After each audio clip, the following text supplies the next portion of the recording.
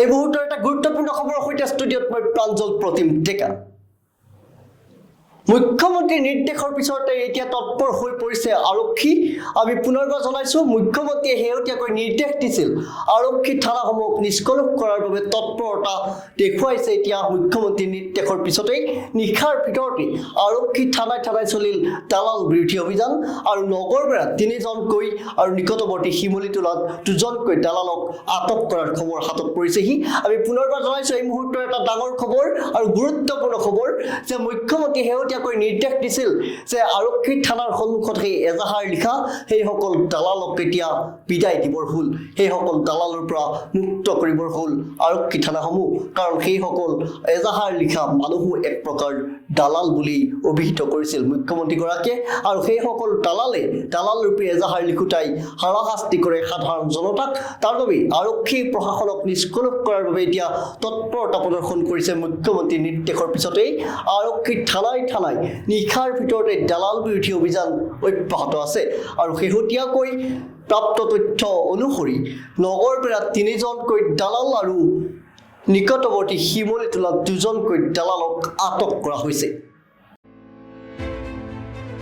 সমগ্ৰ ৰাজ্যতে আৰক্ষী থানাত দালালি কৰা মুঠ 210জনৰ ভিতৰত কামৰূপৰ নগৰবেৰাত পুৱতি নিশাৰ এক অভিযানত ক্ৰমে জাকিৰ হুছেইন মণ্ডল, গোলাপ হুছেইন আৰু আকবৰ আলী নামৰ 3জনক নগৰবেৰা আৰক্ষীয়ে আটক কৰিবলৈ সক্ষম হয় যদিও মুঠ 6জনীয়া তালিকাৰ বাকী 3জন পলাই হাৰে।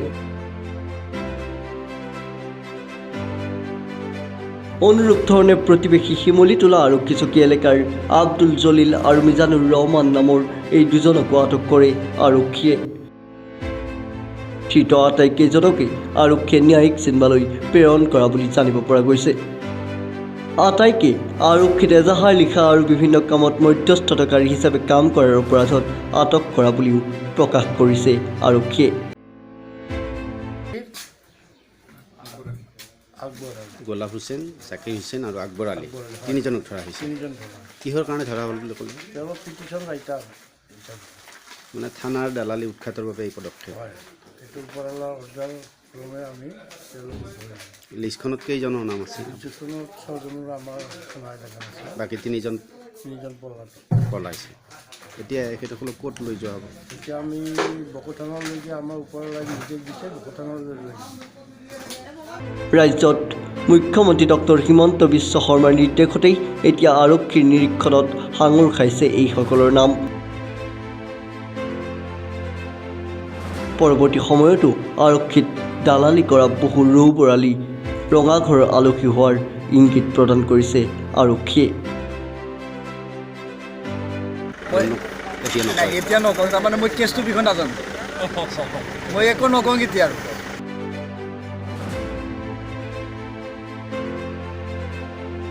নগৰবেৰাৰ পৰা ইউনিছ চালি ৰিপৰ্ট, প্ৰতিদিন লাইভ।